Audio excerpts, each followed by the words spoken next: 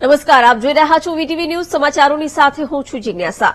રામલલ્લાની પ્રાણ પ્રતિષ્ઠા સમારોહમાં કોંગ્રેસના અધ્યક્ષ મલ્લિકાર્જુન ખડગે અને પૂર્વ અધ્યક્ષા સોનિયા ગાંધીને આમંત્રણ અપાયું હતું। જો કે કોંગ્રેસ હાઈકમાન્ડે આ આમંત્રણ ઠુકરાવી દેતા ગુજરાત પ્રદેશ કોંગ્રેસના નેતાઓએ નિર્ણય અંગે નારાજગી વ્યક્ત કરી।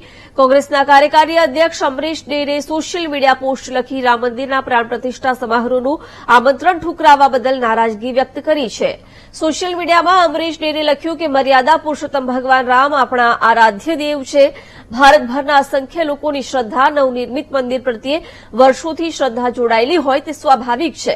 બીજી બાજુ કોંગ્રેસના પ્રદેશ પ્રવક્તા હેમાંગ રાવલે ટ્વીટ કરી હાઈકમાન્ડના નિર્ણયને કોરાણે મૂકી કહ્યું કે હું જલ્દીથી રામ મંદિરે દર્શન કરવા જઈશ। રામ મંદિર માટે જો મને નિમંત્રણ મળ્યું હોત તો હું અવશ્ય અયોધ્યા ગયો હોત। તો બીજી બાજુ કોંગ્રેસના કદાવર નેતા અર્જુન મોઢવાડિયા પણ રામ મંદિર અંગે હાઈકમાન્ડના નિર્ણયથી નારાજ હોય તેવું લાગી રહ્યું છે। અર્જુન મોઢવાડિયાએ પણ ટ્વીટ કરી હાઈકમાન્ડના નિર્ણયનો વિરોધ કરી જણાવ્યું કે કોંગ્રેસે આવા રાજનૈતિક નિર્ણયોથી દૂર રહેવું જોઈએ। આ દેશવાસીઓની આસ્થા અને વિશ્વાસનો વિષય છે। જો કે કોંગ્રેસના પ્રદેશ અધ્યક્ષ શક્તિસિંહ ગોહિલે કોંગ્રેસનો પક્ષ લઈ ભાજપ પર પ્રહાર કર્યા। તેમણે આરોપ લગાવતા કહ્યું કે ભાજપ રામ મંદિરને રાજકીય મુદ્દો બનાવી ચૂંટણી સમયે પ્રતિષ્ઠાનો જશ લેવા માંગે છે। શક્તિસિંહે એમ પણ કહ્યું કે કરોડો લોકોના ભગવાન રામની આસ્થાની સાથે કોંગ્રેસ પક્ષ પણ છે, પણ કેટલાક લોકો જાણી જોઈને રામ મંદિરના આમંત્રણ અંગે જુઠ્ઠાણું ચલાવે છે। મહત્વનું છે કે કોંગ્રેસે રામ મંદિરના આમંત્રણને ઠુકરાવતા કોંગ્રેસમાં આંતરિક ઘમાસાણ ચાલી રહ્યું છે। એક બાજુ કોંગ્રેસે રામ મંદિર આમંત્રણનો અસ્વીકાર કર્યો છે, ત્યારે બીજી બાજુ નેતાઓ પક્ષમાં આંતરિક લોકશાહીના નામે પોતાના જ નેતાઓને નિશાને લઈ રહ્યા છે। ભાજપ પ્રવક્તા યજ્ઞેશ દવે આપણી સાથે ફોન લાઈન પર જોડાયેલા છે। યજ્ઞેશભાઈ, શું કહેશો? કારણ કે જ્યાં એક તરફ રામ મંદિરના પ્રાણ પ્રતિષ્ઠા મહોત્સવનું સિનિયર નેતાઓએ અસ્વીકાર કર્યો છે આમંત્રણનો, પરંતુ ગુજરાત કોંગ્રેસના નેતાઓ કહી રહ્યા છે કે મને આમંત્રણ મળ્યું હોત તો હું અવશ્ય જાત। તમે શું કહેશો જે આંતરિક વિખવાદ કોંગ્રેસમાં જોવા મળી રહ્યો છે?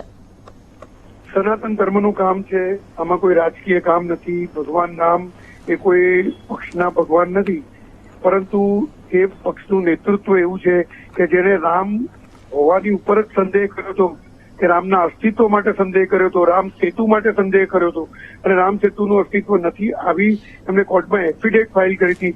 એ પક્ષના નેતાઓને રામ મંદિરના પ્રાણ પ્રતિષ્ઠામાં આવવું કઈ રીતે પોસાય, એના માટે તેઓ ના પાડીએ। પરંતુ પક્ષની અંદર જે એના અનુયાયીઓ છે, ગુજરાત પક્ષના નેતાઓ હોય કે બીજા હોય, માત્ર ગુજરાતમાં નહીં, યુપીમાં જુઓ, બિહારમાં જુઓ, ત્યાં તો ઓલરેડી કોંગ્રેસે રામ મંદિર માટેના બોર્ડ લગાયા છે કે રામ મંદિરની પ્રાણ પ્રતિષ્ઠાને અમે આવકારી જવા બોર્ડ કોંગ્રેસે લગાયા છે।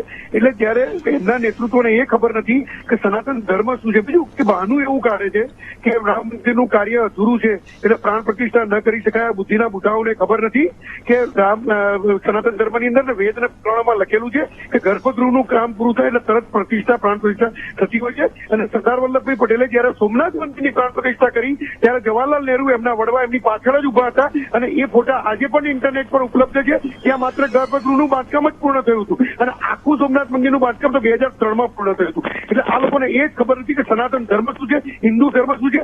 માત્ર મુસ્લિમ ધર્મ અને ખ્રિસ્તી ધર્મના આજે મત જીતવા માટે એ હિન્દુ ધર્મનો વિરોધ કરી રહ્યા છે, અને કોંગ્રેસ ધર્મ તુષ્ટિકરણની રાજનીતિ રમી રહ્યું છે, અને એમને ખબર છે કે હિન્દુ ધર્મ કે સનાતન ધર્મવાળા અમને મત આપવાના નથી, એટલે મુસ્લિમોના મત મેળવવા માટે એ રામ મંદિરનો વિરોધ કરી રહ્યા છે, સનાતન હિન્દુ ધર્મનો વિરોધ કરી રહ્યા છે। બિલકુલ, આપણી સાથે કોંગ્રેસ નેતા હેમાંગભાઈ પણ જોડાઈ ગયા છે। હેમાંગભાઈ, શું કહેશો? કારણ કે જ્યાં સિનિયર નેતાઓ હાઈકમાન્ડ છે આમંત્રણનો અસ્વીકાર કરી રહ્યા છે, પરંતુ ગુજરાત કોંગ્રેસના કેટલાક નેતાઓ કહી રહ્યા છે કે અમને આમંત્રણ મળ્યું હોત તો અમે અવશ્ય અયોધ્યા જાત। ના, બિલકુલ, મને ગર્વ છે કે હું ધર્મ, કર્મ અને વચનથી હિન્દુ છું, સનાતની છું। શ્રી રામ ભગવાનથી મોટું કોઈ નામ આ જગતમાં છે નહીં, કોઈ થવાનું નથી અને કોઈ હતું પણ નહીં। રામ મંદિરના નિર્માણની આ ક્ષણ ઉપર જો મને આમંત્રણ મળ્યું હોત તો હું 100% જાત, અને હું સંકલ્પ પણ કરું છું કે હું જલ્દીથી રામચંદ્ર ભગવાનના દર્શન કરીશ। આ જરા આજની જે અમારા ગઈકાલે જે કોંગ્રેસના અધિકૃત જે બયાન આવવામાં આવ્યું છે તેની અંદર થોડી વિસંગતતા છે, અને તેને કદાચ સમજવાની અંદર પણ ઘણા લોકોએ એને ભૂલ કરી બેઠા છે। અમારા પ્રમુખશ્રીએ સ્પષ્ટ કહ્યું છે, અમારા રાષ્ટ્રીય પ્રમુખ ખડગેજીએ, કે કોઈ પણ કાર્યકર પોતે દર્શન કરવા જઈ શકે છે। અમારા યુપી કોંગ્રેસના અમારા ત્યાંના પ્રમુખ અજય રાય, ત્યાંના અમારા પ્રભારી મિસ્ટર પાંડે અને ત્યાંની આખી કોંગ્રેસ 14મી તારીખે સવારે ઉત્તરાયણના દિવસે લખનઉ કોંગ્રેસ ભવનથી, ઉત્તર પ્રદેશના લખનઉના કોંગ્રેસ ભવનથી કોંગ્રેસના કાર્યકર્તાઓ રામ મંદિરના દર્શને જવાના છે. સરયુ નદીના અંદર પણ તેઓ જવાના છે. એમને સરયુ નદીમાં નાહશે, હનુમાન ગઢીના પણ દર્શન કરશે. અને મને ભારતના બંધારણે અને બાબા સાહેબ આંબેડકરે કહ્યું છે કે ધર્મ અને આસ્થા જે છે એ કોઈ પણ નાગરિક પોતાની વ્યક્ત કરી શકે છે. અને કોંગ્રેસ પણ ધર્મનિરપેક્ષ પાર્ટી છે. કોઈ પણ જગ્યાએ કોંગ્રેસના કાર્યકર્તાઓને દર્શન કરવા ન જવું એવા પ્રકારની વાત કરવામાં આવી નથી. અને કોંગ્રેસ જે છે એના દરેક કોંગ્રેસીજન પોતાના ધર્મ અને પોતાની આસ્થાને રજૂ કરવા માટે મુક્ત છે એવું અમારા પ્રમુખે કહ્યું છે. અને અમે બધા જ એના જ અનુસંધાનની અંદર કહી રહ્યા છીએ કે ભગવાન રામમાં અમને આસ્થા છે. વાત રહી ભારતીય જનતા પાર્ટીની, તો મારે ભારતીય જનતા પાર્ટીના નેતાઓને કહેવું છે કે મહેરબાની કરીને અમને કોઈ પણ પ્રકારનું હિન્દુત્વનું કે હિન્દુ હોવાનું સર્ટિફિકેટ આપે નહીં. એ સર્ટિફિકેટ તમે તમારી પાસે રાખો. અમારે તમારા સર્ટિફિકેટની જરૂર નથી. અમારે અમારો દેવાધિદેવ મહાદેવ શંકર અમને સર્ટિફિકેટ આપવા માટે બેઠા છે. ઠીક છે યજ્ઞેશભાઈ, હવે શક્તિસિંહ એવું કહી રહ્યા છે કે ભાજપ રામ મંદિરને જ રાજકીય મુદ્દો બનાવી રહી છે અને ચૂંટણી સમયે પ્રતિષ્ઠાનો જશ લેવા માટે આ બધું થઈ રહ્યું છે. શું જયારે સોમનાથ મંદિરની પ્રાણ પ્રતિષ્ઠા થઈ હતી તો સરદાર વલ્લભભાઈ પટેલે અને જવાહરલાલ નહેરુએ એનો રાજકીય લાભ લીધો હતો? શું જયારે અંબાજીની પુનઃ પ્રાણ પ્રતિષ્ઠા થઈ હતી, ડોક્ટર જીવરાજ મહેતા જયારે હાજર હતા ત્યારે શું એમણે રાજકીય લાભનો પ્રયત્ન કર્યો હતો? આ રામ મંદિરનો પ્રશ્ન છેલ્લા 500 વર્ષથી હતો અને 500 વર્ષથી આ પ્રશ્ન હલ થયો સુપ્રીમ કોર્ટના આદેશ અનુસાર. એની પ્રાણ પ્રતિષ્ઠા કે એનું મંદિરનું નિર્માણ થઈ રહ્યું છે એ પણ શક્તિસિંહજીને ખ્યાલથી, પણ કદાચ શક્તિસિંહજીને ઉપરોક્ત એમના ઉપરના નેતૃત્વને ખુશ કરવા માટે એકાદ બે નિવેદન આપવા પડતા હોય છે. પરંતુ મને શક્તિસિંહ સહિત ગુજરાત પ્રદેશ કોંગ્રેસના જેટલા પણ નેતાઓએ જે પ્રમાણે નિવેદનો આપ્યા છે એ નિવેદનો માટે ગર્વ છે કે આજે મારે હેમાંગભાઈને પણ કેવું છે કે હેમાંગભાઈ, તમારા હિન્દુ હોવા માટે અમને કોઈ સંદેહ નથી.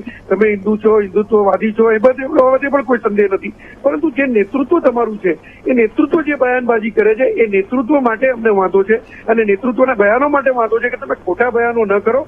ક્યારે પ્રતિષ્ઠા થાય ક્યારે ન થાય એ વેદ પુરાણોને જોવું પડે એમાં. અને એ પ્રમાણે એમને નિવેદનો આપવા પડે. કાં તો આપ જેવા કે આજે અર્જુનભાઈ મોઢવાડિયા જેવા કે જે અમરીશ શેર જેવા કે જે હિન્દુત્વવાદી નેતાઓ છે કે જેમને હિન્દુત્વનું જ્ઞાન છે. આપ તો ઘણા જ્ઞાની છો, બ્રાહ્મણ છો, તો પણ આપ લોકોએ એમને જ્ઞાન આપવું જોઈએ. એટલે નિવેદન આપો, તમે અસ્વીકાર કરો, તમારી જાતે અસ્વીકાર કરી દો, તમે નથી જવાના, વાત પૂરી થઈ ગઈ ત્યાં આગળ. પણ આ કારણ છે ને આ કારણ છે ને ફલાણો નથી જતો એટલે હું ના જોઉં, પાડોશી ના જાય એટલે હું ના જોઉં, આ નથી જતો એટલે હું ના જોઉં. અરે તમારે પોતાને ના જોવો તો ભાઈ ના જાઓ. ભારતની પ્રજા જોવે છે અને ભારતની પ્રજા તમને સમજે છે અને ભારતની પ્રજાએ તમને બે તમથી તમને કેવી રીતે સમજાયા છે એ પણ લોકોને ખબર છે. એટલે એના માટે આજે તમારે એ લોકોનું ધ્યાન દોરવું જોઈએ એવી મારી એમને નમ્ર અરજ છે.